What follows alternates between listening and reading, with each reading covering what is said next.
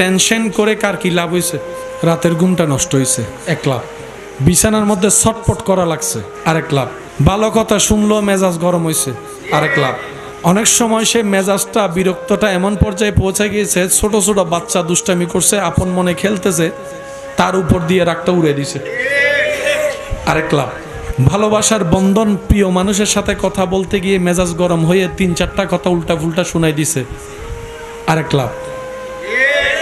বলেন না, একটু জোরে বলেন। ভালো করে খাবারটা হয় নাই, আরেক লাভ। কাজে যেতে ইচ্ছে করছে না, মন ভালো নেই, আরেক লাভ। এগুলো কি লাভ না লস? এবার আপনি সিদ্ধান্ত নিয়ে বলেন, আমরা কি লস চাই না লাভ চাই?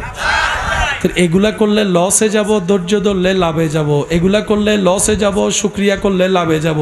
আমরা যেহেতু লাভটাই চাই, আমাদেরকে শুকরিয়াতে যেতে হবে। আমরা যেহেতু লাভটাই চাই, ধৈর্যকে আপন করতে হবে। কারণ মুসলমানদের জীবন দুনিয়াতে শেষ হয় না, আখেরাতে তাদের অনন্তকালের জীবন শুরু হয়। মুসলমানদের ঈমান আখেরাতে আছে, কথা বলেন ঠিক কিনা? সেজন্য আমাদের দুনিয়াও লাগবে, বলেন না সবাই, আমাদের দুনিয়াও লাগবে।